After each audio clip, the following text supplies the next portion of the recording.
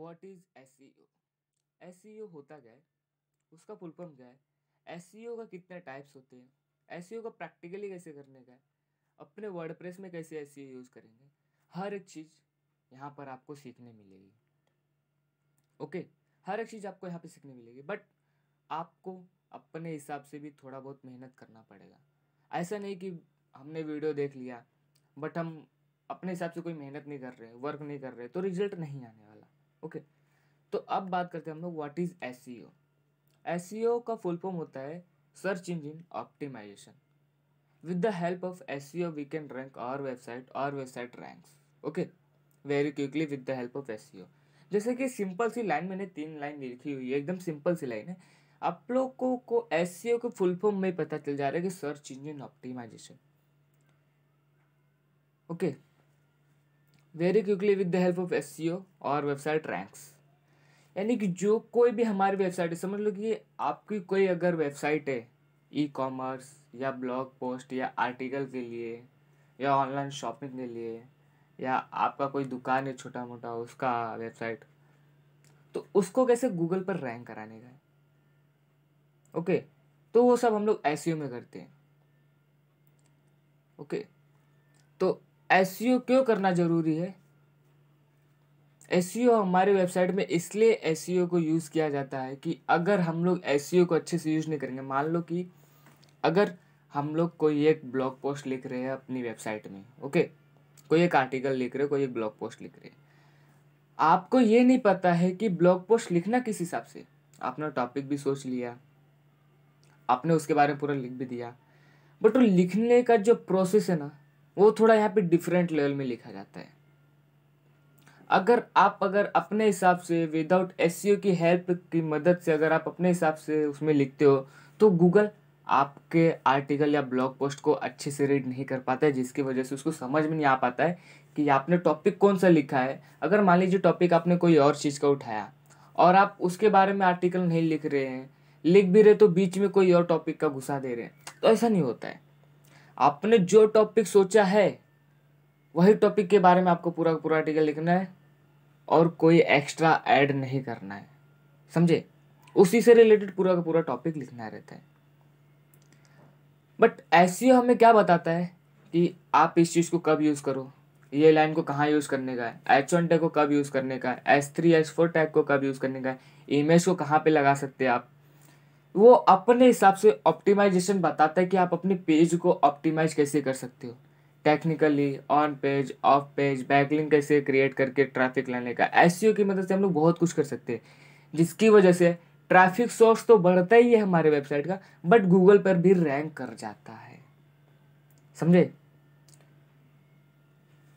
तो एसईओ क्या होता है, एसईओ क्यों यूज किया जाता है, एसईओ का फुल फॉर्म क्या होता है, वो हम लोगों ने देख लिया। अब बातें आ गया ट्रैफिक सोर्स। जैसे कि मैंने बोला Google, Bing, Baidu, Yahoo, Yandex, DuckDuckGo, ऐसे बहुत सारे सर्च इंजन है। अब देखिए, सर्च इंजन बहुत लोगों को नहीं पता होगा। ओके, बहुत लोगों को पता होगा, ऐसे बहुत कम लोग होंगे कि जिनको सर्च इंजन के बारे में नहीं पता है। तो देखिए, सर्च इंजन होता क्या, मैं आप लोगों को बता देता हूँ। सर्च इंजन जैसे कि अगर आप लोगों को कुछ भी क्वेरी या कुछ भी डाउट होता है, तो आप लोग तुरंत गूगल ओपन करते हो और वहाँ पर सर्च मार लेते हो, यूट्यूब ओपन करते हो, वहाँ पर सर्च मार लेते हो, या माइक्रोसॉफ्ट एज में जाते हो, वहाँ पे सर्च मार लेते हो। ओके, ऐसे बहुत सारे, जैसे कि Microsoft Edge, UC Browser, DuckDuckGo, Bing, Baidu, Yahoo, Yandex, okay, Opera Mini हो गया, फायरफॉक्स हो गया, ऐसे बहुत सारे सर्च इंजन हैं, जिसमें कि टॉप पे कौन चल रहा है ये टाइम पर, Google. Okay, search engine, name of search engine top 6, यहाँ पे मैंने 6 टॉप 6 सर्च इंजन के नाम लिखे हुए हैं, जिसमें से फर्स्ट रैंक कौन कर रहा है, गूगल, समझे? यानी कि हम लोगों को ये बताना है एसईओ की मदद से हम लोगों को कि अपने वेबसाइट को कैसे ट्रैफिक सोर्स बढ़ाए, अपने वेबसाइट पर ट्रैफिक सोर्स कैसे बढ़ाए, यही एसईओ में हम लोग सीखने वाले हैं। और ज़्यादा से ज़्यादा ट्रैफिक कहाँ से लाए, कैसे लाए, सोशल मीडिया के थ्रू कैसे ला सकते हैं, वो भी एसईओ में सिखाया जाता है। वाइट हैट एसईओ आपको यहाँ पे सीखने मिलेगा, ब्लैक हैट एसईओ भी यहाँ पे आपको सीखने मिलेगा। ओके, तो अब बात करते हैं long tail keywords searches, focus और टारगेटेड कीवर्ड्स। अब देखिए, जैसा कि मैंने बोला कि आपको कोई एक टॉपिक डिसाइड करना रहेगा जिसके बारे में आप अपना ब्लॉग पोस्ट या आर्टिकल लिखोगे। ओके, कोई एक टॉपिक आपको सोचना पड़ेगा। बट जो आप टॉपिक सोचोगे ना, जो टॉपिक सोचोगे, समझो कि अभी आपको कोई एक टॉपिक सूझा कि आधार कार्ड कैसे बनाए, ये एक टॉपिक हो गया। तो ये जो टॉपिक हम लोग सोच रहे हैं ना, आधार कार्ड कैसे बनाए, या दूसरा टॉपिक आधार कार्ड को अपडेट कैसे करें, या तीसरा टॉपिक आधार कार्ड को मोबाइल से कैसे बनाए, घर बैठे कैसे ऑनलाइन मंगवाए आधार कार्ड, घर बैठे कैसे अपडेट कर सकते हैं। ओके, ये सब जो हम लोग क्वेश्चंस पूछते हैं ना गूगल से, यही हमारा कीवर्ड्स होता है। यही कीवर्ड्स हमें फाइंड आउट करना पड़ता है, समझे। कीवर्ड्स ऐसा फाइंड आउट करो जिसमें कंपटीशन लो हो और सर्चेस ज़्यादा हो,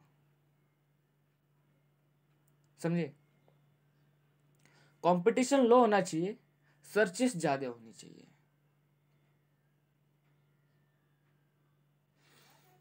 तब जाके आप एक सक्सेसफुल ब्लॉग पोस्ट या आर्टिकल लिख सकते हो। हमें एक ऐसा कीवर्ड को फाइंड आउट करना पड़ेगा जिसके ऊपर वेबसाइट बहुत कम क्रिएट हुई हो। वैसे तो ऐसा सर्च इंजन, अरे सॉरी, वैसे तो ऐसे कीवर्ड्स ढूंढने में बहुत बहुत प्रॉब्लम आएगी, बहुत दिक्कत आएगी। बट कीवर्ड ढूंढने के गूगल कीवर्ड प्लानर है, सेम रश है, और भी बहुत सारे ऐसे प्लेटफॉर्म हैं। ओके, अगर आप पेड वर्जन नहीं लेना चाहते हो तो गूगल कीवर्ड प्लानर जो कि फ्री ऑफ कॉस्ट चलता है, आप वहाँ पे सर्च मारोगे ना कि गूगल कीवर्ड प्लानर, वहाँ पे आप अपना टॉपिक लिख दो आधार कार्ड कैसे बनाए, तो उससे रिलेटेड पूरा का पूरा फोकस कीवर्ड आ जाएगा, समझे। कीवर्ड क्या होता है, कीवर्ड किसे कहते हैं? कीवर्ड वो होता है जो हम लोग हमारे पोस्ट का, ब्लॉग पोस्ट या आर्टिकल का जो कोई भी टाइटल रहेगा, यानी कि जो हमारा टाइटल रहेगा आर्टिकल या ब्लॉग पोस्ट का, जो कोई भी टाइटल रहेगा वही हमारा कीवर्ड होता है, समझे। अब इसके आगे देखते हैं टाइप्स ऑफ एसईओ। एसईओ कितने टाइप्स के होते हैं? 3 टाइप्स के। Technical SEO, on page SEO, off page SEO.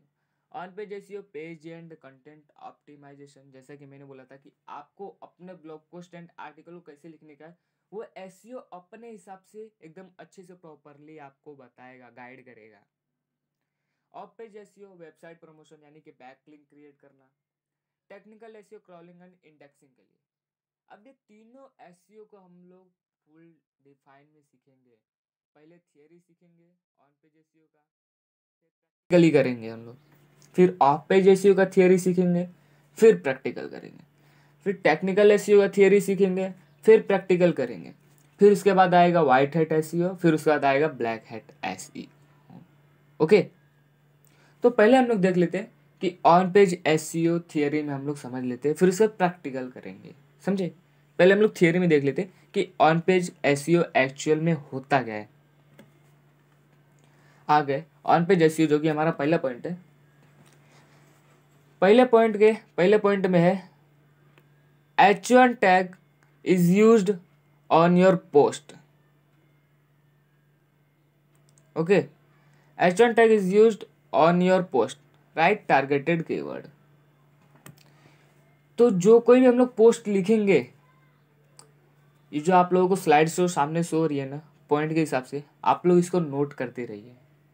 लोग भाई कुछ सीख रहे हो, ऐसा नहीं गाने सुन रहे हो कि आप तो आपको वो एनी टाइम याद रहेगा, या किसी से पूछ लोगे तो याद हो जाएगा, ऐसा नहीं रहता। ये यहाँ पे आपको देखने के साथ साथ, समझने के साथ साथ आप लोगों को नोट्स भी रेडी करने पड़ते हैं, समझे।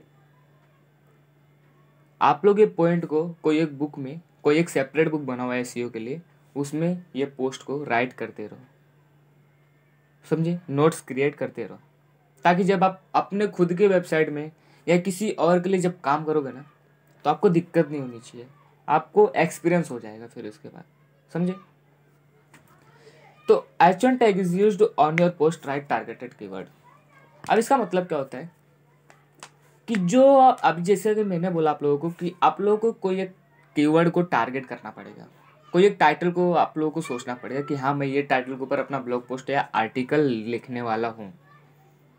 ओके, तो जब भी हम लोग अपना ब्लॉग पोस्ट और आर्टिकल जब भी हम लोग लिखेंगे ना, तो वहाँ पर हम लोगों को सबसे पहला काम ये करना पड़ेगा, H1 टैग में हमें हमारे पोस्ट का जो टाइटल है ना वो यूज़ करना पड़ेगा। यानी कि जो हमारा कीवर्ड है उसको सबसे पहले H1 टैग में हमारे आर्टिकल या ब्लॉग पोस्ट के अंदर अंदर लिखना पड़ेगा। फिर उसके बाद आता है after then write a paragraph. H1 tag में हम लोगों ने अपना कीवर्ड यानी कि टाइटल यूज़ कर लिया। फिर उसके बाद हम लोगों को एक पैराग्राफ लिखना रहता है जो कि 4 से 5 लाइन का, एक छोटा सा पैराग्राफ, लंबा पैराग्राफ। अब हम लोगों ने H1 टैग में अपना टारगेटेड कीवर्ड लिख दिया जो कि टाइटल रहता है। फिर उसके बाद जो हमारा टाइटल है ना उससे रिलेटेड एक पैराग्राफ लिखना है जो कि 4 से 5 लाइन का, कोई और टॉपिक का नहीं लिखना है हमको। जो हमारा टाइटल है ना वही टाइटल से रिलेटेड हमको एक 4 से 5 लाइन का पैराग्राफ लिखना रहता है। Write down the paragraph related your targeted keyword और टाइटल। समझे?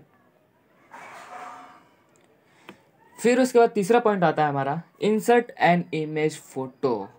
Insert an image related your content title. समझे? H1 टैग में हम लोगों ने अपना टारगेटेड कीवर्ड यूज कर लिया। फिर उसके बाद 4 से 5 लाइन का पैराग्राफ लिख लिया हमारे टाइटल से रिलेटेड। ओके, फिर उसके बाद हमारे टाइटल से रिलेटेड हमको एक इमेज ऐड करना पड़ेगा। फिर चौथा पॉइंट है हमारा paragraph long word compare your competitor. फिर उसके बाद हम लोग को वापस से पैराग्राफ लिखना है। उसके बाद हम लोग को एक पैराग्राफ नहीं लिखना है। यहाँ पे देखिए मैंने सेकंड पॉइंट में क्या लिखा है, after then write a paragraph. ए जो कुछ भी पढ़ो आप। Okay, write a paragraph. A paragraph आ गया ना, मतलब कि हम लोग को कोई एक पैराग्राफ लिखना है अपने टाइटल से रिलेटेड, सिर्फ एक पैराग्राफ लिखना है 4 से 5 लाइन का। फिर उसके बाद इमेज ऐड करना है। फिर यहाँ पर paragraph long word compare your competitor. Okay, हम लोगों ने एक टॉपिक लिया था कि आधार कार्ड कैसे बनाए। ओके, तो अगर आप ये गूगल पर सर्च करो या माइक्रोसॉफ्ट एज पर सर्च करो या यूसी ब्राउजर पर सर्च करो, सेम रिजल्ट मिलेंगे, सेम वेबसाइट आपको देखने मिलेंगी। सर्च इंजन अलग अलग है बट वेबसाइट एक होती है। समझे? तो जब भी आप सर्च करोगे ना तो उससे वो टॉपिक से रिलेटेड ना बहुत सारी आ जाएंगी वेबसाइट्स, जो कि आप गिनते गिनते थक जाओगे। कुछ भी आप लोग सर्च मारो उससे रिलेटेड इतनी सारी वेबसाइट आएंगी कि हम गिनते गिनते थक जाते हैं। तो हमारे कॉम्पिटिटर कितने सारे हुए? अब आप बोलोगे कि कॉम्पिटिटर तो लाखों में हो गए हमारे। नहीं नहीं नहीं, कॉम्पिटिटर आपके लाखों में नहीं है। आपको सिर्फ ये ध्यान देना है कि गूगल, जब भी हम लोग सर्च किए कि आधार कार्ड कैसे अपडेट करें, तो वो टाइम पर गूगल के फर्स्ट पेज पे कितनी वेबसाइट शो हो रही है? 6 website, 8 website, 10 website, 12 website, 15 website, जितनी भी शो हो रही है फर्स्ट पेज पे, वो तुम्हारे कॉम्पिटिटर है। उसके पीछे का तुम्हारा कोई कॉम्पिटिटर नहीं है, छोड़ दो उसको, सब वो सबको छोड़ दो। आपको सिर्फ जब आप कोई टॉपिक से रिलेटेड सर्च मारो और जो फर्स्ट पेज पे जितनी सारी वेबसाइट्स दिखेंगी हमें, आपके कॉम्पिटिटर वही है। आपको अपने कॉम्पिटिटर से ज्यादा वर्ड में पैराग्राफ राइट करना है, लिखना है। समझे? मैं आप लोगों को ये अभी थियरी में दिखा रहा हूँ, प्रैक्टिकली हम लोग इसके बाद करेंगे तो आपका जो भी डाउट रहेगा वो क्लियर हो जाएगा। समझे? कोई भी डाउट रहेगा ना तो वो क्लियर हो जाएगा। अगर कोई डाउट आप लोगों को रहेगा तो आप लोग कमेंट में लिख सकते हो या क्वेश्चन में भी लिख सकते हो। समझे? हम लोगों को एक पैराग्राफ लिखना पड़ेगा लॉन्ग वर्ड में, कंपेयर योर कॉम्पिटिटर। अब पहले तो इसमें 2 वर्ड हम लोग को दिख रहा है, पैराग्राफ लॉन्ग वर्ड, और दूसरा है कंपेयर योर कॉम्पिटिटर। हम लोग पहले वर्ड का पहले देखते हैं पैराग्राफ लॉन्ग वर्ड। अब इसका मतलब क्या है? लॉन्ग वर्ड का मतलब ये नहीं है कि 8 से 10 लाइन का पैराग्राफ, इसका मतलब ये नहीं है। इसका मतलब ये है, H1 टैग में यूज़ कर लिया हम लोग टारगेटेड कीवर्ड, 4 से 5 लाइन का पैराग्राफ लिख लिया अपने टाइटल से रिलेटेड, फोटो ऐड कर लिए टाइटल से रिलेटेड, फिर उसके बाद जो आपका टाइटल का नेम है उसके बारे में पूरा जन्म कुंडली लिख डालो, समझे? उसके बारे में पूरा का पूरा प्रोसेस लिख डालो। जैसे कि मैंने आप लोगों को एक टॉपिक बताया था, आधार कार्ड कैसे बनाए। आधार कार्ड कैसे बनाते उसके बारे में पूरा लिख डालो, कुछ भी मत छोड़ो, समझे? कुछ भी मत छोड़ो, उसके बाद पूरा का पूरा लिख डालो। बट समझ लो कि आप लोगों ने पूरा का पूरा लिख डाला, वो सिर्फ 2000 वर्ड का आप लोगों का है। बट आपने जब गूगल पर सर्च मारा वही चीज़, तो जो आपके कॉम्पिटिटर है उन लोगों ने 2500 का वर्ड लिखे हुए, तो आपको 3000 वर्ड लिखना है। थोड़ी बहुत तो एक्स्ट्रा मेहनत करनी पड़ेगी, जैसा कि मैंने आप लोगों को स्टार्टिंग में बोला, थोड़ा बहुत आपको अपने हिसाब से भी मेहनत करना पड़ेगा। तो आप लोगों को अपने कॉम्पिटिटर से ज़्यादा वर्ड में लिखना पड़ेगा। अगर उसने 3000 वर्ड लिखा है अपने ब्लॉग पोस्ट या आर्टिकल में, तो आपको 3500 या 3200 तो लिखना ही लिखना है, उससे कम नहीं, समझे? फिर उसके बाद आता है add a link internal and external. Link add करना तो बहुत लोग को आता रहेगा, बहुत लोगों ने ट्राई भी किया रहेगा ब्लॉगर पे जाके या वर्डप्रेस पे, ट्राई तो किए रहेंगे बहुत लोगों ने लिंक डालने का, और आता भी बहुत लोग को रहेगा। But internal and external link क्या है? इंटरनल का मतलब समझ में आता है अंदर, एक्सटर्नल का मतलब आता है कि बाहर का कोई। इंटरनल लिंक वो होता है जो हमारी ही वेबसाइट का कोई एक लिंक हो, हमारी वेबसाइट का कोई दूसरा आर्टिकल का लिंक हो, या दूसरे पेज का कोई लिंक हो, हमारी ही वेबसाइट का, कोई दूसरी वेबसाइट का नहीं, उसको बोलते हैं इंटरनल लिंक, जो कि हमारी ही वेबसाइट का कोई एक लिंक हो, जो हम लोगों ने अपने ब्लॉग पोस्ट या आर्टिकल में ऐड किया हुआ है। फिर उसके बाद आता है एक्सटर्नल लिंक। एक्सटर्नल लिंक का मतलब ये होता है कि हम लोग कोई दूसरी वेबसाइट का लिंक यहाँ पे डालें, या कोई दूसरी एप्लीकेशन का लिंक यहाँ पे डालें, या दूसरी कोई चीज़ का लिंक यहाँ पे हम लोग डाले हैं, उसको बोलते हैं एक्सटर्नल लिंक। और ये डालना बहुत ही ज़रूरी होता है। आप लोग एक्सटर्नल लिंक नहीं डालोगे फिर भी चलेगा, बट इंटरनल लिंक आप लोगों को डालना ज़रूरी रहता है। इसलिए ज़रूरी रहता है कि अगर मान लो आपके वेबसाइट का, अगर आप लोग को ज़्यादा से ज़्यादा ट्रैफिक बिल्ड करना है, तो आपको इंटरनल लिंक देना ही पड़ेगा। थियरी में अभी हम लोग देख रहे हैं, अभी प्रैक्टिकल में देखेंगे। ये लास्ट पॉइंट है हमारा, 6वां point, perfectly read by Google. अगर आप ये 5 पॉइंट अच्छे से कर लोगे, तो आपका जो ब्लॉग पोस्ट या आर्टिकल रहेगा वो गूगल अच्छे से रीड कर पाएगा, समझे? अगर गूगल रीड नहीं कर पाएगा, आपने टाइटल को छोड़ दिया, फोटो कोई और चीज़ का डाला, पैराग्राफ कोई और चीज़ का डाल दिया, internal link and external link कोई और चीज़ का डाल दिया, ऐसे नहीं होता है। इंटरनल एंड एक्सटर्नल लिंक आप एक टाइम के लिए कोई और चीज़ का डाल सकते हो, but title, paragraph, long paragraph, image, ये आपके टाइटल से रिलेटेड ही होना चाहिए, तभी गूगल अच्छे से रीड कर पाएगा और आपकी वेबसाइट को रैंक करा सकता है। ओके, बट अब ऑन पेज एसईओ को प्रैक्टिकली करने की बारी है।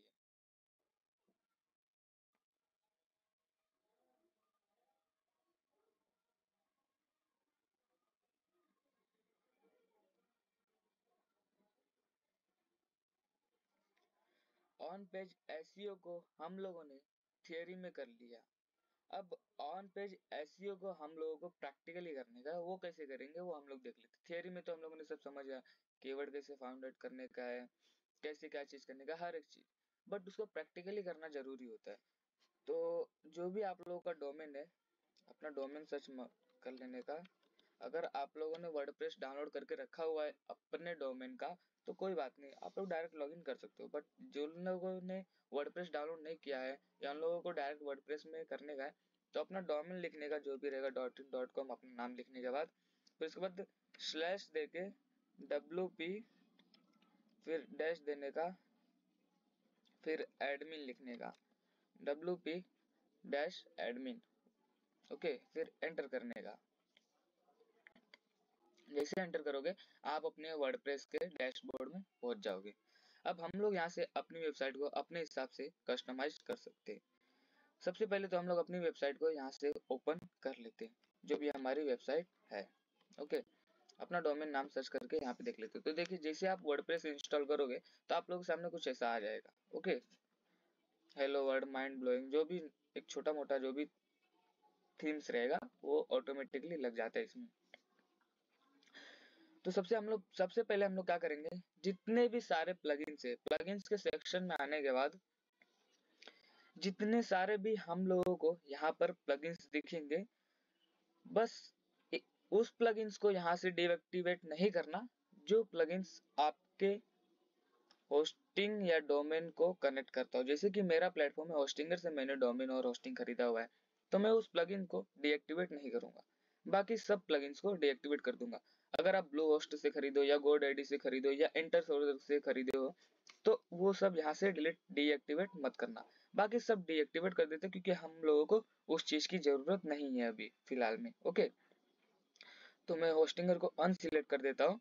फिर उसके बाद बल्क एक्शन पे आने के बाद यहाँ से मैं इसको डिलीट के ऊपर क्लिक कर देता हूँ और फिर यहाँ से अप्लाई कर देता हूँ। तो यहाँ से ओके कर देता हूँ। ये पूछ रहा है कि आप श्योर है जो आप डिलीट कर रहे हो, तो हाँ हम लोग श्योर है। ओके, वापस से मैं अप्लाई करता हूँ, फिर ओके करता हूँ। चलो डीएक्टिवेट कर लेते हैं, जो जो प्लगइन्स डिलीट नहीं होंगे डायरेक्ट वो लोगों को पहले डीएक्टिवेट कर लेने का। ओके, तो मैं तीनों को डीएक्टिवेट कर लेता हूँ होस्टिंगर को छोड़ के। मैं आप लोगों को एक बार और बता दे रहा हूँ, वो प्लगइन्स को डीएक्टिवेट या डिलीट मत करना जो आपके प्लेटफॉर्म को ज्वाइन करके रखा हुआ है, यानी कि कनेक्ट करके रखा हुआ है। जिस भी प्लेटफॉर्म से आपने होस्टिंग और डोमेन खरीदा हुआ है उसको भूल के भी कभी डीएक्टिवेट या डिलीट नहीं करना। ओके, तो हम लोग फटाफट से इसको डीएक्टिवेट के साथ साथ डिलीट भी कर देते। चलो हो गया, पहला काम हमारा हो गया। ओके, अब हम लोगों को ना सबसे पहले इसमें ना एक थीम्स डिसाइड करना पड़ेगा। अब थीम्स होता क्या, देखिए मैं आप लोगों को दिखा देता हूँ। जैसे कि समझिए मैं यहाँ से कुछ भी सर्च मारता हूँ, आधार कार्ड।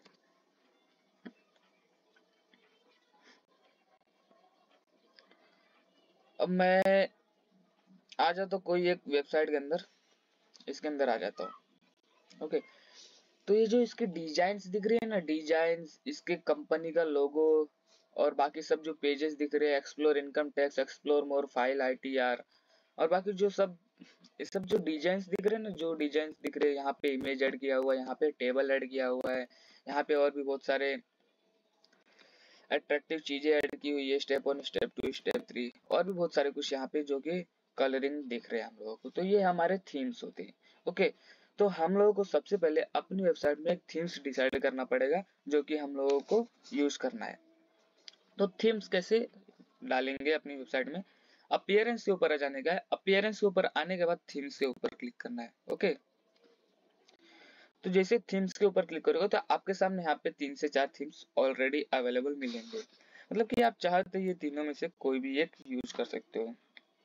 ओके, बट हमारे पास बट हमको ये टाइम पे अभी ये तीनों थीम्स अच्छे नहीं लग रहे, तो हम लोग नहीं यूज करेंगे। अगर आपके पास कोई थीम्स की फाइल है, यानी कि जिप फाइल या कोई फोल्डर है आपके पीसी या लैपटॉप में या मोबाइल में भी, तो आप यहाँ से अपलोड कर सकते हो। जब ऐड न्यू के ऊपर क्लिक करेंगे, यहाँ पे ऊपर अपलोड थीम का ऑप्शन दिख रहा है। ओके, बट हमारे पास फाइल भी नहीं है, तो हम लोगों को थीम्स डाउनलोड कैसे करना है। ओके, तो यहाँ से थीम सर्च मार लेते हैं। आप ब्लॉग के लिए बनाओ, ऑनलाइन कोर्स के लिए बनाओ, या ई-कॉमर्स के लिए बनाओ, या किसी भी चीज के लिए बनाओ, कोई भी चीज से रिलेटेड आप लोगों को यहाँ पे थीम्स मिल जाएंगी, अवेलेबल रहती है। तो मैं ब्लॉग से रिलेटेड थीम्स ढूंढ लेता हूँ यहाँ पे। तो ब्लॉग से रिलेटेड थीम्स, मुझे ये ब्लॉग पेपर अच्छा लग रहा है, मैं इसको इंस्टॉल कर लूंगा।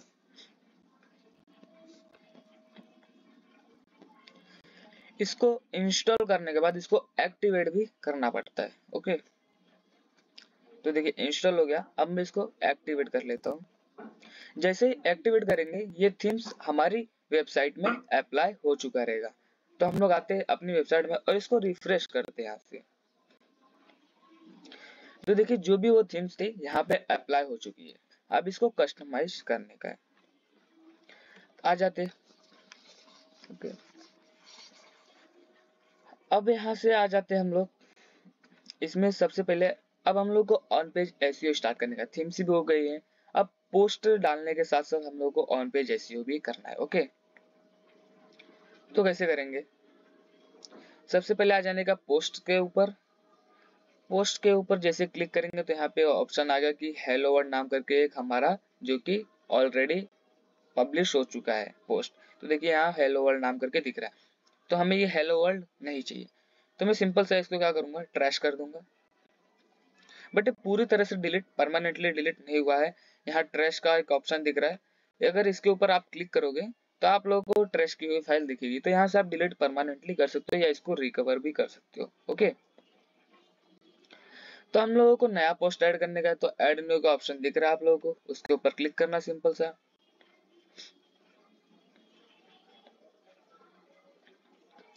जिसे क्लिक करोगे तो आप लोगों के सामने कुछ ऐसा इंटरफेस दिखेगा। बट यहाँ से एडिट करना थोड़ा अनकंफर्टेबल महसूस होता है, मतलब कि अनकंफर्टेबली यहाँ से हम लोग एडिट कर पाएंगे। ओके, बट हम लोगों को एसईओ के साथ एडिट करने का है, तो हम लोग यहाँ से एडिट नहीं कर पाएंगे। एसईओ के साथ, ऑन पेज एसईओ के साथ हम लोग यहाँ से एडिट नहीं कर पाएंगे। करने को कर लेंगे, बट वहां से हम लोगों को पता नहीं चलेगा ना कि हम लोग कितना परसेंट एसईओ कंप्लीट कर चुके हैं या कितनी अच्छी से हमारा एंड पेज जो कि ऑन पेज एसईओ वर्क कर रहा है, वो हमें नहीं पता चलेगा। तो उसके लिए हमें 2 प्लगइन्स और ऐड करनी पड़ेगी। देखिए प्लगइन्स क्यों ऐड करते हैं, मैं आप लोगों को वो बता देता हूँ प्लगइन्स होता क्या है। देखिए प्लगइन्स ये होता है कि अगर आप अपनी वेबसाइट में कुछ एक्स्ट्रा ऐड कर रहे हैं या कुछ एक्स्ट्रा चेंजेस करना चाहते हैं, तो आप को प्लगइन्स ऐड करना पड़ेगा। प्लगइन्स डाउनलोड करके एक्टिवेट करना पड़ेगा, जो भी आप प्लगइन्स चाहते हैं, जो कुछ भी ऐड करना चाहते हैं। तो ऐड न्यू के ऊपर क्लिक करता हूं। हम लोग को 2 प्लगइन्स चाहिए टाइम पे। पहला प्लगइन्स तो क्लासिक एडिटर। अब क्लासिक एडिटर होता क्या है वो आप लोगों को बताता हूँ अभी। क्लासिक एडिटर हम लोग को सिंपल सा सर्च मार लेने का है। यहाँ पे क्लासिक एडिटर आ गया, इंस्टॉल नाउ के ऊपर क्लिक करना है। जैसे इंस्टॉल हो जाएगा आपको एक्टिवेट भी कर लेना है। ओके, क्लासिक एडिटर हो गया हमारा। अब इसके बाद हमें एक और ऐड करने का, तो ऐड न्यू के ऊपर क्लिक करेंगे। फिर उसके बाद यहाँ पर आएंगे, यहाँ पे हम लोगों को रैंक मैथ एसईओ सिलेक्ट करना है। ओके, देखिए रैंक मैथ एसईओ होता है। एसईओ हम लोग कौन सा टॉपिक कर रहे हैं, एसईओ कर रहे हैं, जिसमें कि पहला टॉपिक आता है ऑन पेज एसईओ। तो हम लोगों को एसईओ करने के लिए ना कि देखिए हम लोग रैंक मैथ की जगह योआस्ट, ऑल इन वन और भी बहुत सारे एसईओ के एप्लीकेशन यानी कि प्लगइन्स यहाँ पर अवेलेबल होते हैं। बट मैं रिकमेंड करूंगा आप ऑल इन वन या तो रैंक मैथ को ही इंस्टॉल करें। ओके, मैं इसको इंस्टॉल कर लेता हूँ रैंक मैथ को, ताकि पता चले कि हम जो वर्क कर रहे हैं ऑन पेज के ऊपर वो कितना परसेंट और कितने अच्छे से ऑप्टिमाइज हो रहा है, वो हमें ये प्लगइन्स बताएगा। ओके, इंस्टॉल हो गया। अब हम लोग इसको एक्टिवेट कर लेते हैं। एक्टिवेट भी हो गया। तो देखिए लेफ्ट साइड में आप लोगों को दिखता रहेगा रैंक मैथ नाम करके एसईओ। ओके, तो अब हम आ जाते हैं अपने पोस्ट में। तो पहले जैसा दिखता था वैसा नहीं दिखेगा। ऐड न्यू के ऊपर क्लिक करते हैं। पहले जो एडिटर था वो एडिटर यहाँ से हट चुका। क्यों? क्योंकि हम लोगों ने क्लासिक एडिटर डाउनलोड कर लिया। अब यहाँ से हम लोगों को बहुत सारे ऑप्शन यहाँ पे मिल जाएंगे जो कि सामने ही रहते हैं। ओके, अब रैंक मैथ एसईओ को पहले तो हम लोगों को यहाँ पे इससे लिंक करना पड़ेगा अपने वेबसाइट से। ओके, तो रैंक मैथ एसईओ के ऑप्शन पे क्लिक करने का देखिए मैं आप लोगों को दिखा देता हूँ रिटर्न। जो रैंक मैथ का ऑप्शन दिख रहा है लेफ्ट साइड में, आप लोगों को उसके ऊपर क्लिक करने का है। फिर कनेक्ट के ऊपर क्लिक करने का है।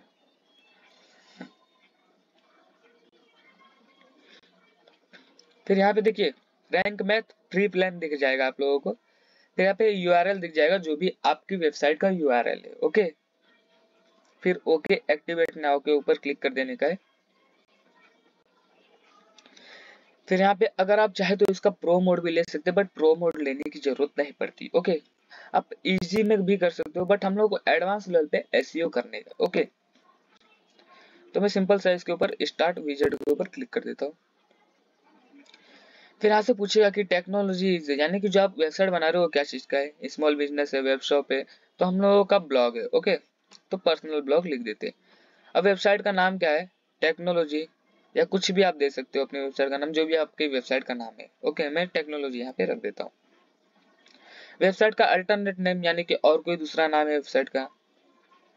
ऑर्गेनाइजेशन का यानी कि पर्सन का भी नाम दे सकते हो यहाँ पे, और अपने वेबसाइट का भी नाम यहाँ पे दे सकते हो। आप यहाँ पे अपने वेबसाइट का एक लोगो भी अपलोड कर सकते हो, और यहाँ पे आप सोशल मीडिया के जो कुछ भी है आप यहाँ पे अपलोड कर सकते हो। सेव एंड कंटिन्यू के ऊपर क्लिक करने का है। फिर यहाँ से सेव एंड कंटिन्यू के ऊपर क्लिक करने का है वापस।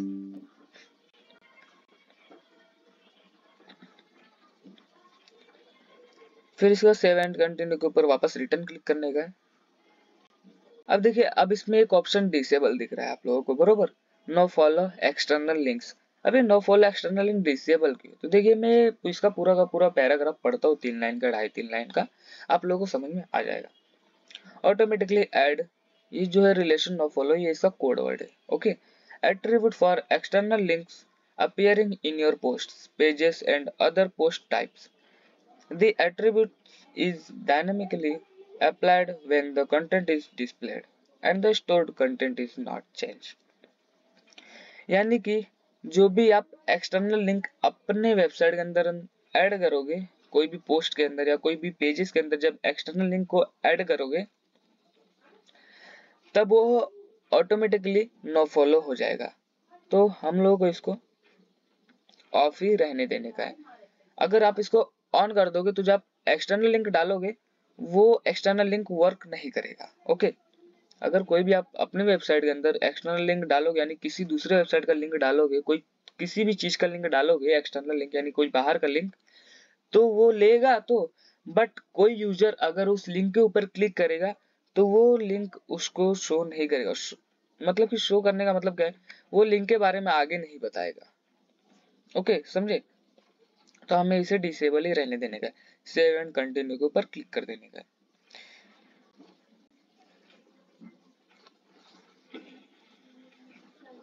फिर इसके बाद यहाँ से देखिए, सेटअप एडवांस सेटिंग के ऊपर आ जाने का है। रोल मैनेजर को एक्टिवेट कर लेने का है। रोल मैनेजर को एक्टिवेट करने का मतलब ये है कि जो कुछ भी हम लोग उसमें एडिटिंग करेंगे तो ये हम लोगों को बताते रहेगा। ओके, तो ये रोल मैनेजर चलो एक्टिवेट कर लिए, इसको सेव एंड कंटिन्यू कर देते हैं।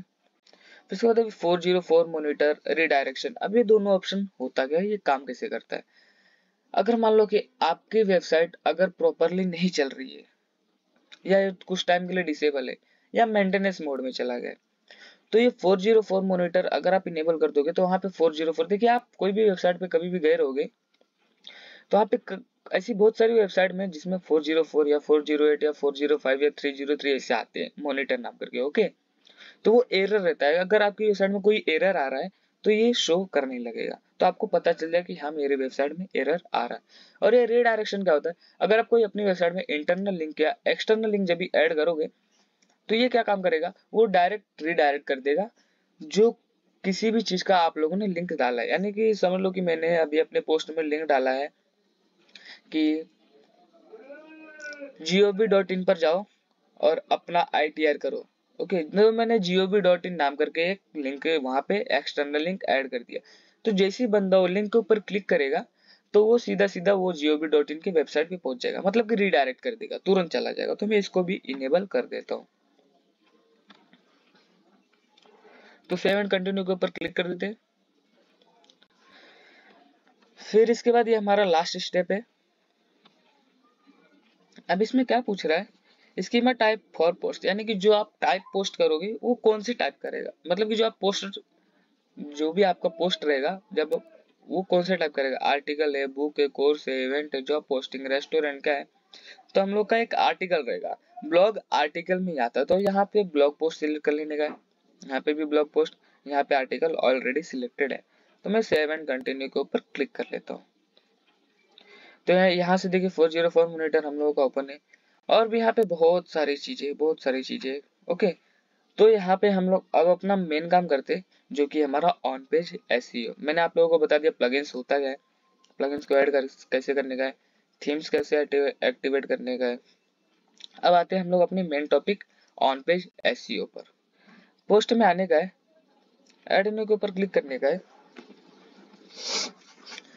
जैसा कि मैंने बोला था कि आप लोगों को कोई एक टॉपिक डिसाइड करना पड़ेगा कि कौन से टॉपिक के ऊपर आप लोग अपना पोस्ट क्रिएट करना चाहते हो। एक कीवर्ड आप लोगों को फाइंड आउट करना पड़ेगा। तो जैसे कि मैं कीवर्ड में आप लोगों को बता देता हूँ कि जैसे कि मैंने एक कीवर्ड लिया है कि आधार कार्ड अपडेट कैसे करें। ओके, आधार कार्ड अपडेट कैसे करें। ओके, बट अब बहुत लोगों के मन में आता रहेगा कि कीवर्ड कैसे फाइंड आउट करें, कीवर्ड कहाँ से लाए, मुझे कुछ समझ में नहीं आ रहा है। तो देखिए मैं आप लोगों को सिंपल सी एक चीज बताता हूँ। अगर समझ लो कि मुझे पैन कार्ड बनाना है, तो मैं गूगल पे आके क्या टाइप करूंगा, how to apply for new PAN card. Okay, यही अप्लाई कर, मतलब यही सर्च मारेंगे। तो अब देखिए इससे रिलेटेड देखिए ये पैसाबाजार.com का जो टाइटल है क्या है, how to apply for PAN card online, how to apply for a new PAN card easily, PAN card apply, PAN card, how to apply PAN card online bankbazaar.com का है। ये बजाज फाइनेंसर का है, how to apply for a PAN card online using for a PAN application for allotment. Okay, तो ये जो starting के जो नाम दिखते हैं ना ब्लू कलर में हेडिंग में, जो थोड़े बोल्ड में रहते हैं और बड़े में रहते हैं, तो यही हमारा कीवर्ड रहता है। यानी कि जो कुछ भी आप एक टॉपिक सर्च करोगे वो हमारा कीवर्ड रहता है, यानी कि जो कुछ भी टाइटल रहेगा हमारे पोस्ट का वही हमारा कीवर्ड हो जाता है। ओके, तो जैसा कि हम लोगों ने यहाँ पे सर्च मारा कि अरे सॉरी, हम लोगों ने यहाँ पे एंटर किया हमारे टाइटल के अंदर कि आधार कार्ड अपडेट कैसे करें। ओके, तो अब क्या करेंगे, सबसे पहले जो हम लोग का कीवर्ड है वो हमारा फोकस कीवर्ड है, यानी कि हम लोगों को इसी के ऊपर पूरा फोकस करके हर एक चीज यहाँ पे लिखने का है और इमेज ऐड करने का है। तो मैं इसको पूरा का पूरा सिलेक्ट कर लेता हूँ। सिलेक्ट करने के बाद तो देखिए ये ऑप्शन रैंक मैथ एसईओ ये सब ऑप्शन नहीं दिखता था, जब हम लोगों ने रैंक मैथ एसईओ में जाके सेटअप किया तब ये ऑप्शन दिख रहा है। अब बात करते हैं कि हमारा एसईओ यहाँ पे कितना दिखा रहा है। तो देखिए यहाँ पे राइट साइड में देखिए एसईओ रेड कलर में दिख रहा है 1% हुआ है। यहाँ पे नीचे भी आप लोगों को दिख जाएगा कि आपका एसईओ 1% अभी कंप्लीट हुआ है। जैसे ही हम लोग अपने कीवर्ड या टाइटल को यहाँ पे पोस्ट करेंगे फोकस कीवर्ड में, तो ये हमारा तुरंत का तुरंत देखते कितना 43% कंप्लीट हो चुका है हमारा एसईओ। ओके, 43% हमारा एसईओ कंप्लीट हो चुका है। मैं फुल एसईओ की बात नहीं कर रहा हूँ। ओके, मैं टेक्निकल और ऑफ पेज एसईओ की बात नहीं कर रहा हूँ कि 43% हो गया। मैं यहाँ पे सिर्फ ऑन पेज एसईओ की बात कर रहा हूँ, क्योंकि ऑन पेज एसईओ के लिए ही सिर्फ प्लगइन्स इंस्टॉल करना पड़ता है, समझे। और बाकी ऑफ पेज और टेक्निकल एसईओ के लिए प्लगइन्स इंस्टॉल करने की जरूरत नहीं पड़ती। ये सिर्फ ऑन पेज एसईओ के लिए प्लगइन्स इंस्टॉल करना पड़ता है। ओके, हम लोगों ने फोकस कीवर्ड भी ऐड कर लिया है। अब क्या करेंगे, यहाँ पे हम लोग को अपना जो भी टाइटल है उसको H1 टैग देने का, पैराग्राफ के ऑप्शन में क्लिक करने का, हेडिंग 1 आ गया, यहाँ पे पेस्ट कर देने का जो भी हम लोग का टाइटल है। अब देखो 43 था वो हमारा कितना हो चुका है, 53 हो चुका है। मैंने जो स्टेप बताया था आप लोगों को सिर्फ वही स्टेप यहाँ पे करने का, आप लोग की वेबसाइट अच्छे से रैंक हो जाएगी। ओके, अब हम लोगों ने H1 टैग में यूज कर लिया, बट अब बात आती है कि पैराग्राफ लिखने की। बट मैं पैराग्राफ लिखने बैठूंगा तो बहुत टाइम चली जाएगी। ओके, तो मैं यहाँ से कोई एक वेबसाइट को कॉपी कर लेता हूँ, बट आप लोग कॉपी नहीं करना, समझे। आप लोगों को कॉपी करने की जरूरत नहीं। अगर आप लोग कॉपी करोगे तो आपके वेबसाइट पे कॉपीराइट भी लग सकता है, लग सकता नहीं लग जाता है। ओके, ये चांसेस रहते हैं कि लग जाता है, आप ट्राई करने की कोशिश भी नहीं करना। ओके, हाँ बट आप लोग एक काम कर सकते हो, 3 से 4 वेबसाइट का कॉम्बिनेशन बना के आप अपना खुद का 3 से 4 या 5 से 6 जितनी भी वेबसाइट आपको लगे, आप वो सब वेबसाइट का वर्ड का जो लोग उन लोगों ने पैराग्राफ लिखा हुआ है उसका एक कॉम्बिनेशन बना के आप अपने हिसाब से वर्ड को डिसाइड करके लिख सकते हो, तो वो कॉपीराइट में नहीं आएगा। ओके, चलो पैराग्राफ भी ले लिया, बट ये जरूरी है कि जब हम लोग फर्स्ट पैराग्राफ लिखे, ये मेन पॉइंट है, जब हम लोग फर्स्ट पैराग्राफ लिखेंगे तो फर्स्ट पैराग्राफ के अंदर में हम लोग का फोकस कीवर्ड आना चाहिए। ऐसे फालतू कहीं पे भी हम लोग ऐड नहीं कर सकते, पैराग्राफ में कहीं भी नहीं ऐड कर सकते, वरना जो हम लोग का सेंटेंस रहेगा, जो हम लोग का वाक्य रहेगा, वो हम लोग का गलत हो जाएगा, समझे, गड़बड़ हो जाएगा, गलत हो जाएगा। ओके, तो वो सेंटेंस बरोबर क्लियरफाई नहीं हो पाएगा। ओके, तो हम लोग को यहाँ पे कैसे ऐड करने का है, अब समझो कि मैं एक पैराग्राफ ले लिया हूँ, अब मैं लिखता हूँ कि जो हमारा फोकस कीवर्ड है मैंने यहाँ पे डाल दिया, सॉरी मैं यहाँ पे लिखता हूँ, मैं कॉपी कर लेता हूँ इसको, सॉरी इसको नहीं, यहाँ से कॉपी कर लेता हूँ। आप बीच में डालो, लास्ट लाइन में डालो, पहली लाइन में डालो, फर्क नहीं करता, बट डिपेंड ये करता है कि आपने फर्स्ट पैराग्राफ में अपना फोकस कीवर्ड ऐड किया हुआ है कि नहीं विथ प्रॉपरली सेंटेंस। ओके, देखिए हमारा एसईओ 53 था, राइट साइड में 57 दिखाने लगा। ओके, तो यहाँ पे अभी मैं क्या कर रहा हूँ, मैं अपना कीवर्ड यहाँ पे पेस्ट कर दिया। ओके, मैं अपना कीवर्ड यहाँ से पेस्ट कर देता हूँ, लेके पेस्ट कर दिया, बट अब हम लोग ये सेंटेंस को पढ़ेंगे, आधार कार्ड अपडेट कैसे करें स्थायी नामांकन केंद्र जाकर। ओके, तो ये एक सेंटेंस बन रहा है बरोबर, या तो फिर मैं इसके आगे कुछ ऐड कर देता हूँ, आधार कार्ड अपडेट कैसे करें फुल डिटेल। ओके, मैं फुल डिटेल लिख देता हूँ, तो ये एक सेंटेंस बन जा रहा है। बात समझने की कोशिश करो, देखो आधार कार्ड अपडेट कैसे करें फुल डिटेल स्थायी नामांकन केंद्र जाकर, यानी कि एक सेंटेंस प्रॉपरली क्रिएट हो रहा है। अगर आपका सेंटेंस प्रॉपरली क्रिएट नहीं होगा तो समझ जाना कि आपने कुछ तो गड़बड़ किया हुआ है, या आपने जो सेंटेंस लिखा हुआ है उसमें कुछ तो गलती है। ओके, तो चलिए टाइटल भी हो गया, H1 टैग भी हो गया, बट हमारा ये क्या बोलते हैं चौथ खास ले माधुर चौथ।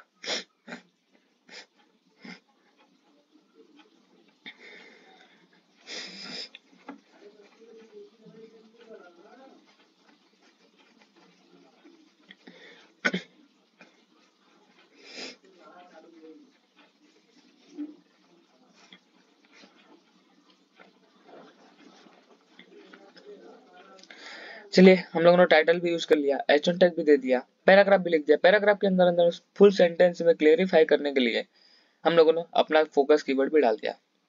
अब बात करते हैं कि इमेज ऐड करने का हम लोग को, बरोबर।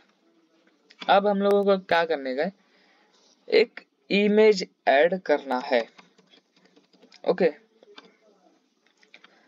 अब मैं एक इमेज ऐड करने के लिए कौन से ऑप्शन में जाऊंगा, तो आप लोगों को देखिए एक ऑप्शन दिखता रहेगा ऐड मीडिया का, आप लोगों को सिंपल सा इसके ऊपर क्लिक करने का है,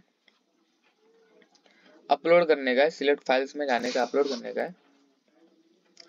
वो फाइल कम से कम 2 GB का रहना चाहिए, अगर 2 GB से ज्यादा करेगा तो वो नहीं लेगा। वैसे तो फोटो तो 2 GB बहुत दूर की बात हो गई, बहुत कम ही KB MB में ही रहता है। तो पिक्चर्स में आ जाता हूँ मैं, और मैं एक फोटो ले लेता हूँ, सिलेक्ट कर लेता हूँ, यहाँ पे अपलोड हो रहा है हमारा जो भी फोटो है।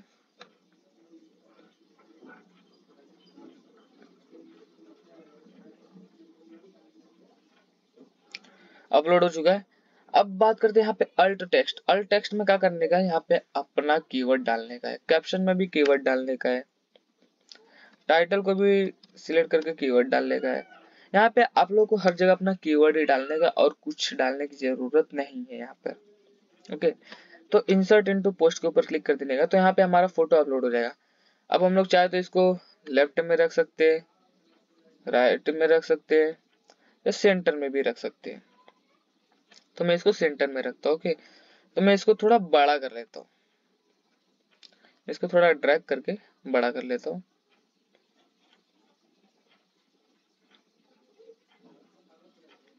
चलो इतना बड़ा सही है। आधार कार्ड अपडेट कैसे करें, ये हमारा एक चीज आ गया है। ओके, तो देखिए जो हम लोगों ने डिस्क्रिप्शन में डाला था अल्ट टेक्स्ट में, यहाँ पे शो कर रहा है कि आधार कार्ड अपडेट कैसे करें। ओके, चलिए इमेज भी ऐड कर लिया। अब हम लोगों को क्या करने का, इसके बारे में फुल डिटेल में पूरा का पूरा लिख देने का पैराग्राफ, फुल डिटेल में। अब आपका जो एक टॉपिक है, जो कुछ भी आप लोगों ने टॉपिक सिलेक्टेड किया रहेगा, टॉपिक नेम, आप लोगों को इमेज ऐड करने के बाद उसके बारे में पूरा का पूरा डिटेल में लिख देने का है। तो देखिए मैं कोई एक वेबसाइट के ऊपर आ जाता हूँ, easyhindy.in नाम करके कोई एक वेबसाइट है, मैं उसके ऊपर आ जाता हूँ। मैं आप लोगों को दिखाता हूँ कि इसने कैसे किया हुआ। देखिए पहले तो H1 टैग में इन्होंने अपना कीवर्ड डाला हुआ है कि आधार कार्ड को अपडेट कैसे करें। ओके, फिर यहाँ पे इन्होंने पैराग्राफ नहीं लिखा, डायरेक्ट इमेज ऐड कर लिया है। फिर यहाँ पे इमेज ऐड करने के बाद एक पैराग्राफ लिखा हुआ है। फिर उसके बाद इन्होंने पूरा का पूरा पैराग्राफ लिख दिया हुआ है। ओके, देखिए कितना लंबा पैराग्राफ, ज्यादा लंबा पैराग्राफ नहीं लिखा इन्होंने। ओके, तो ऐसे ही हम लोगों को भी करने का, सेम क्या करने का है, हम लोगों ने तो इनसे अच्छा लिख रहे बरोबर, तो रैंक करने में कोई दिक्कत नहीं होने वाली। बट अब बस खाली आप अपने कॉम्पिटिटर के हिसाब से लिखो। अब पैराग्राफ हम लोग को पूरा डिटेल में लिखने का है, डिटेल में लिख दिए चलो, बट आप लोगों को मेन चीज एक टॉपिक का ध्यान देना पड़ेगा, तभी आपकी वेबसाइट रैंक करेगी। जितनी भी वेबसाइट इस टॉपिक के ऊपर बनी, यानी कि जो टॉपिक भी आप लोगों ने सिलेक्टेड किया उस टॉपिक के ऊपर जितनी भी वेबसाइट क्रिएटेड है, मतलब कि फर्स्ट पेज, गूगल के फर्स्ट पेज में जितनी भी शो हो रही है, उसमें से 3 4 या 5 6 वेबसाइट को लो और उन लोगों ने कितने वर्ड का टोटली लिखा हुआ है, अपना आर्टिकल ब्लॉग कितने टोटल वर्ड का लिखा हुआ है उसको देखो। अगर आपका कॉम्पिटिटर 2000 वर्ड का आर्टिकल लिखा तो आप 2500 वर्ड का लिखो, आप लोग उसको बीट आराम से कर दोगे, यानी पीछे छोड़ दोगे।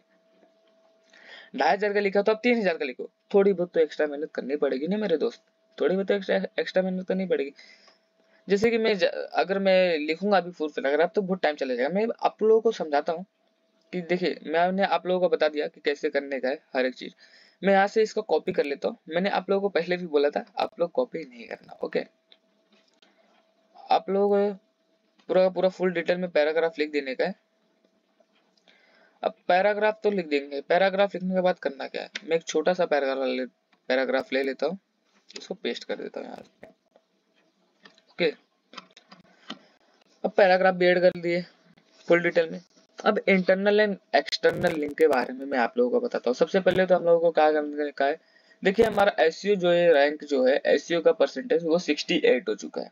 ओके, देखिए मैं आप लोगों को एक चीज बताऊं, अगर आप लोगों का जो एसईओ है अगर 70 क्रॉस कर देता है, 70 या 75 क्रॉस कर देता है, तो समझ लो कि आपकी वेबसाइट गूगल में रैंक करने के लिए तैयार हो चुकी है। अगर आप 80 क्रॉस करा देते हो या 90 क्रॉस करा देते हो तो फर्स्ट पेज में शो होने के चांसेस बढ़ जाते हैं, समझे। तो यहाँ से पब्लिश कर देता हूँ, फिर अपनी वेबसाइट में आता हूँ और मैं इसको रिफ्रेश कर लेता हूँ। ओके, मैं इसको सिंपल से यहाँ पे रिफ्रेश कर लेता हूँ। तो देखिए जो हमारा हेलो वर्ड था हम लोगों ने उसको ट्रैश फाइल में डाल दिया था। तो ये हमारा आधार कार्ड अपडेट कैसे करे वो चीज आ चुका है। अगर कोई भी इसके ऊपर क्लिक करेगा तो यहाँ से वो हमारे पोस्ट के ऊपर चला जाएगा। ओके, तो देखिए जो मैंने थीम सिलेक्ट किया था उसमें देखिए कितने सारे ऑप्शंस देखने मिल रहे हैं। राइट साइड बार भी है, रिसेंट पोस्ट, ये वो, सोशल मीडिया का भी मिल गया, सर्च मारने के लिए भी मिल गया है। देखो तो कितनी अच्छी थीम्स हम लोगों ने सिलेक्टेड की थी। ओके,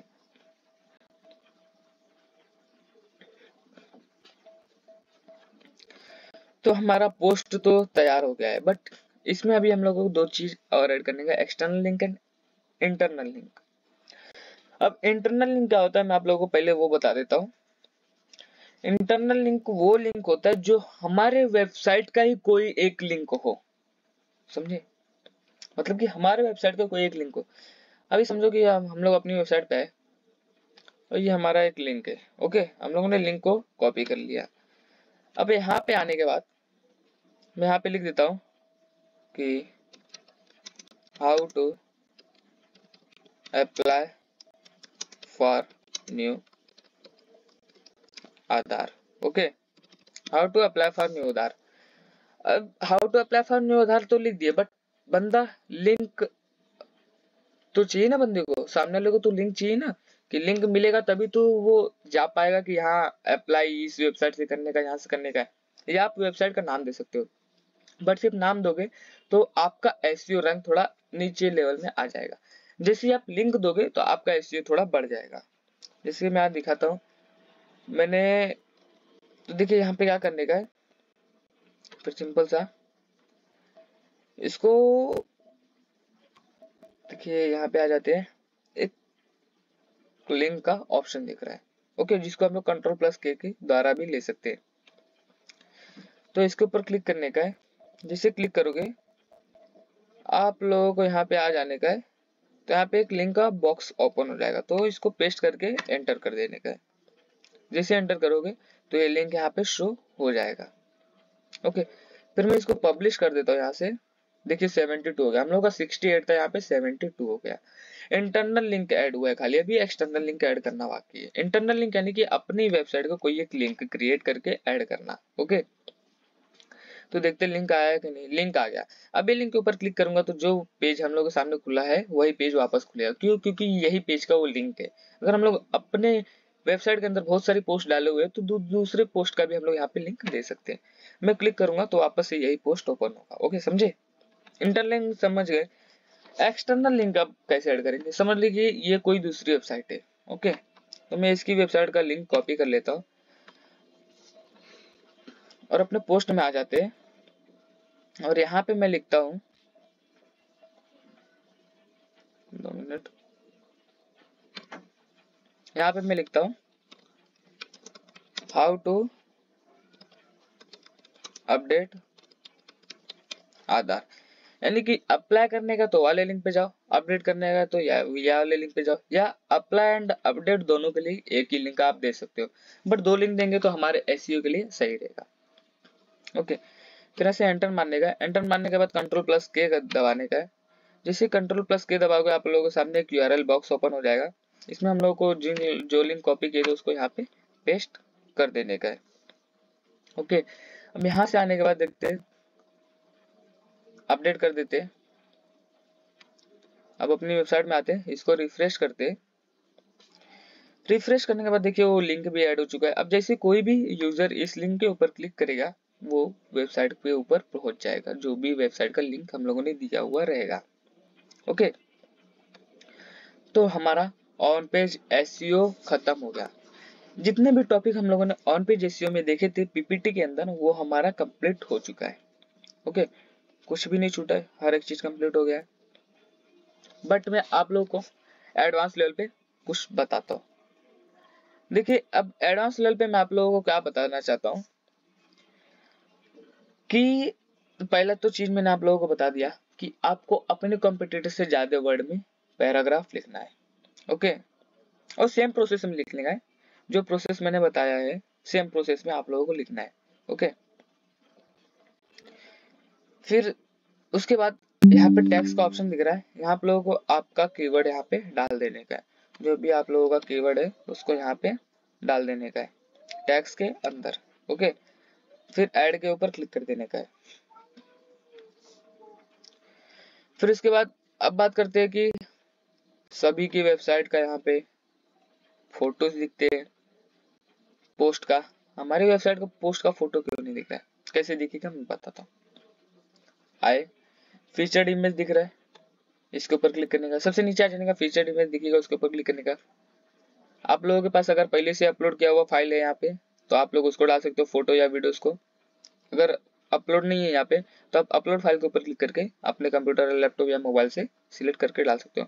बट हम लोगों ने थोड़े टाइम पहले एक फोटो लिया हुआ था, इसको मैं सेट फीचर्ड इमेज के ऊपर डाल देता हूँ। फिर यहाँ से अपडेट कर देता हूँ इसको। फिर अपनी वेबसाइट में आके मैं इसको रिफ्रेश कर देता हूँ। तो देखिए जो हमारा फीचर्ड इमेज था वो यहाँ पे लग चुका है। यानी कि कोई विदाउट टाइटल पढ़े भी, बहुत लोगों का टाइटल पे ध्यान नहीं जाता है। टाइटल पे ध्यान कब जाता है, जब सबसे पहले लोग क्या शो करेगा, फोटोज। अब फोटोज शो करेगा तो फोटो से अट्रैक्टिव थोड़ा ज्यादा होता है, बरोबर। तो फोटोज पढ़ने के बाद फिर वो लोग नीचे का टाइटल पढ़ेंगे, फिर डिस्क्रिप्शन पढ़ेंगे, जो हम लोगों ने डिस्क्रिप्शन दिया थोड़ा बहुत, ओके।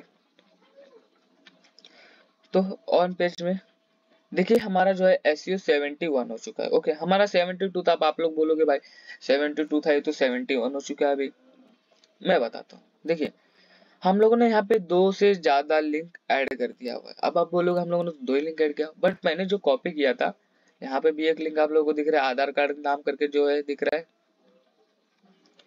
इसके ऊपर भी एक लिंक दिख रहा है, बरोबर। और ये आधार कार्ड के भी यहाँ पे भी एक लिंक दिख रहा है। ओके, 2 लिंक ऑलरेडी पहले से यहाँ पे था, इसके वजह से, समझे।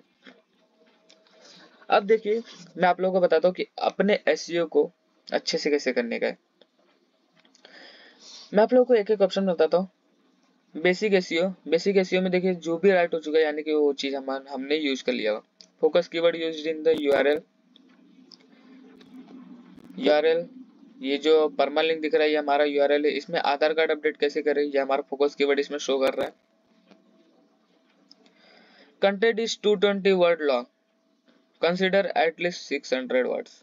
यानी कि जो हम लोगों ने लिखा है वो सिर्फ 220 शब्द का ही लिखा हुआ है। हम लोगों को 600 वर्ड का लिखने का है, कम से कम 600 वर्ड। लेकिन कम से कम 600 वर्ड देख के मत चलिए। मैंने आप लोगों को क्या बोला, आपको अपने कॉम्पिटिटर से ज्यादा वर्ड लिखने का, भले 100 या 200 ज्यादा वर्ड लिखो, बट लिखो, थोड़ा मेहनत करो। ओके, फिर एडिशनल में आ जाते हैं। बट यहाँ पे एक ऑप्शन छूट रहा है, add focus keyword to your SEO meta description. Okay,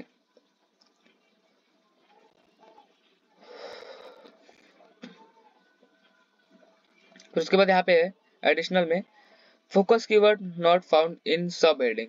अब देखिए अब ये क्या होता है, हेडिंग में तो हम लोगों ने फोकस कीवर्ड डाल दिया, बट सब हेडिंग में भी हम लोगों को फोकस कीवर्ड डालना। अब सब हेडिंग कैसा, हेडिंग हम लोगों ने ले लिया H1 टैग, वैसे सब हेडिंग होता है H1, H2, H3, H4, H5, H6 तक का हम लोग का सब हेडिंग होता है। आप लोग जैसे ही पैराग्राफ लिखोगे आगे पूरा डिटेल में, वो हिसाब से आप लोग को H2, H3, H4, H5, H6 लेते जाने का, आप लोग का रैंक और भी ज्यादा बढ़ जाएगा। फिर URL is 78 characters long, consider shortening it. यानी कि जो भी हम लोग का URL है वो 78 वर्ड का ही होना चाहिए, जो कि हमारा बहुत ज्यादा है। ओके,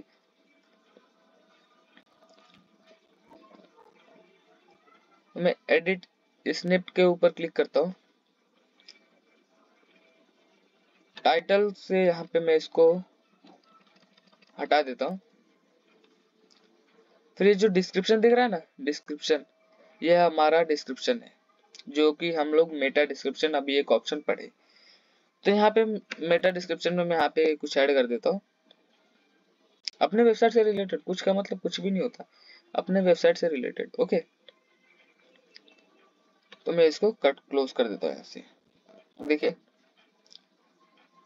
जो हमारा focus keyword used in inside SEO meta description वो हमारा ऐड हो चुका है। यानी कि जो हमारा फोकस कीवर्ड था हम लोगों ने मेटा डिस्क्रिप्शन में ऐड कर दिया हुआ है। Okay, URL is 78 characters long. Okay, वो जरूरी नहीं है यूआरएल को 78 कैरेक्टर्स ही करना। Use content AI to optimise the post. अब देखिए एआई क्या होता है, कंटेंट एआई, एआई का मतलब होता है, फुल फॉर्म होता है आर्टिफिशियल इंटेलिजेंस। यानी कि कोई आर्टिफिशियल इंटेलिजेंस, कोई सॉफ्टवेयर की मदद से हम लोग अपने वेबसाइट या एसईओ को अपग्रेड कर रहे हैं या उसका परसेंटेज इंक्रीज करना चाह रहे हैं। ओके, तो ये भी जरूरी नहीं होता है।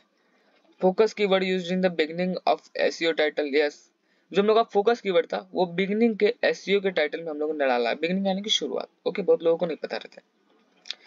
Your title does not content a positive और नेगेटिव सेंटीमेंट वर्ड। ओके, तो जैसा कि मैंने यहाँ पे दूसरे को कॉपी और पेस्ट करके डाला हुआ है, मैंने अपने हिसाब से पॉजिटिव और नेगेटिविटी नहीं डाली हुई है। इसमें कुछ पॉजिटिव बातें दिख नहीं रही है, ना कि नेगेटिव बातें दिख रही है, क्योंकि मैंने बीच में से कोई भी वेबसाइट का यहाँ पे कॉपी करके पेस्ट कर दिया। बट आप लोग जब अपने हिसाब से लिखोगे ना सोच के, तो अच्छे से हो जाएगा।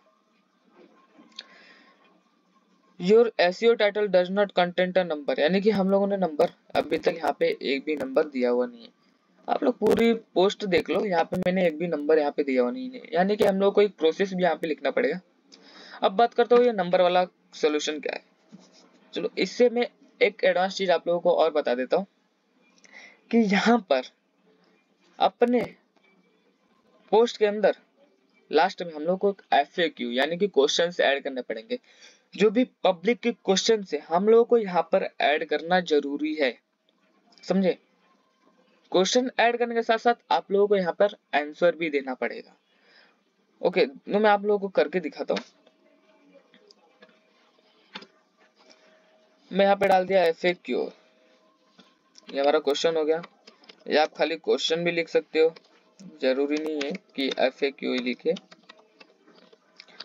क्वेश्चन भी लिख सकते हो। अब मैं यहाँ पे एक नंबर दे देता हूँ, जैसे कि मैं यहाँ पे एक क्वेश्चन डाल देता हूँ, आधार कार्ड अपडेट कैसे करें। तो हम लोग को यहाँ पे ना आंसर भी देना पड़ेगा उसका। ओके, क्वेश्चन तो हम लोगों ने दे दिया बट आंसर भी देना पड़ेगा। तो आंसर दे देने का कि आप लोग ये वेबसाइट पे चले जाओ, वो वेबसाइट पे चले जाओ, या ये डॉक्यूमेंट लगेगा आप लोगों को करने में चीज, या ये चीज लगेगा। ओके, तो जैसे करेंगे तो हम लोग इसको अपडेट कर लेते हैं।